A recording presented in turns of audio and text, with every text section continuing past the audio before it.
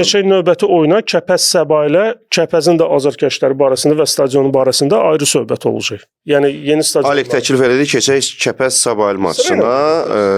Cavid Hüseynovun istefasından sonra yenidən Elvin Məmmədov Səbailin sükan arxasına keçdi və elə bir xalda qopardı Kəpəzdən. Qopardı. 68-ci dəqiqədə vurdular qolu. Litvinin 68-ci dəqiqədə Səbaili məğlubiyyətdən xilas edib. Cavid Hüseynov məsələsinə də toxunub mətbuat konfransında Elvin Məmmədov. Orada jurnalistlər iynəli suallar verirlər. Sən bəs dostuydunuz, nə oldu? O getdi, sən qaldın. Və qəşəng də cavab verir. Biz ailəvi dostuq. Hər hansı bir təzyiq ola bilməz. Münasibətimizi kimsə poza bilməz. Çünki mən Cavidə qədər də Səbaildə işləmişəm. Klub rəhbərliyi Cavidə də, mənə də kifayət qədər yaxşı şərait yaradıb. Məndə də alınmaya bilər, onda da alınmaya bilər. Bu futboldur, amma bizim münasibətimizə kimsə təsir göstərə bilməz. Yox, qardaşım, bu sualın nə dəxli var? Bizdə baş məşqçi olur. Baş məşqçinin özünün öz stafı var. Təsəvvürlə mən gedirəm baş məşqçi hansısa komandaya, köməkçi məşqçimi götürürəm birinci səni, ikinci köməkçim də İsmaili. Mən komandada nəticə verə bilmirəm, mən komandadan yönlərilir. Deyirlər ki, Ruslan istefa ver, get. İstəmirik səndən davam eləmək. Mən istefa verib gedirəm, İsmail də gedir. Amma sən mən gətirmişəm deyirəm, mənim stafımla, mənlə bir yerdəsən. Sən deyirsən ki, mən qalıb işləyərəm. Yox, bu başqa momenti də var axı. Bəlkə istifaya göndərməmişdən qabaq səni, bəlkə oturub səninlə söhbət edirlər. Deyirlər ki, qardaşım, yəni alınmır. Gəl belə eləyək də, istifaya gedirsən, hələlik Ələkbər qalsın sən yerə, mən təzə məşqçi tapana qədər. İxtiyarı sənə buraxırlar. Sən deməlisən ki, mən qalıram ya gedirəm. Qalanda mən gedəndə fikirləşirəm ki, görürsən Alek mənim yanımda elə Akazvası yalandan demiş. Mən gedən kimi dedi ki, mən qala bilərəm. Məni tək qoydu. Onu bilsən necədir? Misal üçün bizi buranın əsas aparıcısı İsmaildir. Bizi İsmail bura dəvət edib. Düzdür? Sabah İsmail çıxıb getsə, yəni əslində Papaşum şut biz də çıxıb getməliyik də. Yəni o bizi dəvət edir. Amma biz İsmaillə otursaq söhbət edirik. İsmail bizə desə ki, qardaşlar, mən gəlirəm başqa yerə. Mən ürəyim sıxılır burada, tutalım da. Amma siz qalın da burada, xahiş edirəm. Yəni davam eləyin. Yəni biz davam eləsək bizə də gözdən baxacaqlar ki, İsmailin başını yeyiblər, ayağının altını qazıyıblar. Normalda ümumiyyətcə bu futbolun içində elə bir şey var da, yəni.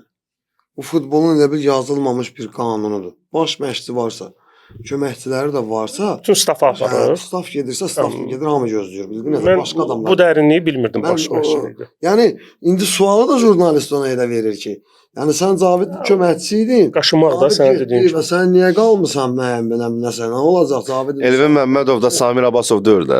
Aysən, orada Elvinlə də görürlər indi neçə illərdir dost, ikisindən də mənim münasibətim var yüksək səviyyədə. Yəni orada başqa cür yaxınlıqlar var onların. Ailəvi deyir gediş gəlişimiz var ya, ailəvi dostluq. Ayrı nəsə bir kimsə kin saxlasın. Sən mənə düz eləmədin. Səndən dostluq, qardaşlığı pozdum, sildim. Hər şeyin üstünə krest. Yəni elə şey ola bilməz yəni. Azər Bağırov deyir ki, bizim yerli futbolçularla bağlı problemimiz var. Əsas problemlərdən biridir. Yerli futbolçunun çatışmazlığı. Məsələn, İlkin Qırtımov Kəpəzə keçdi, nə? Sabaildən danışırdı. Yəni eyni oyun idi, eyni komanda. Uşaqlar, amma sizə bir söz deyim, oyun doğrudan çox maraqlı getdi. Baxmayaraq ki, outsiderlər oynayırdı. Belə də oyun deyil də, yəni. Ən maraq kəşf edən ki, altıxallıq oyun deyirlər də. Rahat, birincisi altıxallıq oyun, ikincisi statistikaya görə. Biz deyirik ya, Sabahı qopartdı şeyi. Heç-heçəni. Yəni oyuna baxan, statistikaya baxanda adına Sabah 12 dənə zərbə vurub, Kəpəz 9 dənə, Sabah çərçivəyə 6 dənə, Kəpəz 2 dənə, topda 52. Sabah üstünlüyü var idi Sabahın. Əstəğfurullah, Sabail, üzr istəyirəm. Sabail, yəni bu üstünlüyü var idi, oyun üstünlüyü var idi. Biz qopartdı niyə görə deyirdik? Kəpəz istifadə elədi o fürsətlərdən birini, qol vurdu. Sabaildə alınmırdı. Amma yenə də bu oyunda belə cür oyunlara nə deyirlər? Cırışma. Adətən belə oyunlarda deyirsən ki, kim bir dənə qol vurdu, ağır oyun olacaq. Bir qola qədərdir, bəli. Bir qol yəni komandadacaq, amma Sabail də özü də oyunun gedişatından, oyunun içində olanda futbolçu özü hiss edir ki, elə bir oyundur ki, sən o moment vardan olsun 1-0 duruq. Amma uda bilərik də, bildin necə, heç çanı da qoparda bilərik. Amma mən çox istəyərdim ki, nə Sabail, nə Kəpəz bu il liqadan çıxmasınlar. Ruslan, 5 xallıq fərq var. 5 xallıq fərq var. 6 xallıq da oyun idi. Rösümün də sonunda 8 tur qalıb. Sabail əsas rəqibi Kəpəzlə bu xal fərqini aradan qaldıra biləcək səncə yoxsa yox? Yəni Kəpəzin son oyunlarında bax indiki bu oyuna görə utsaydı, Utsaydı başqa, udmadı. Utsaydı başqa. Udmadı. Kəpəz yüksəlişdədir indi. yəni Kəpəzin deyirsən ki, o problemləri hansını ki aradan qaldıra bilsələr o limitlə bağlı. Çünki son axırıncı bir 4-5 oyuna baxsan, yəni oyun baxımından Kəpəz normal futbol oynayır yəni. Bundan qabaqki o 2 həftə o milli komandadan qabaqki oyunlara da baxsaq, yəni hansı ki özün bir dənə gir bax gör çempionat oyunlarında uduzduqları oyunlarda da belə yəni doğrudan da yaxşı futbol nümayiş elətdirib və elə komandalar vardı ki, onlardan da xal qopartdı. Ona görə indiki hal-hazırdakı vəziyyətdə Məğlub eləyiblər.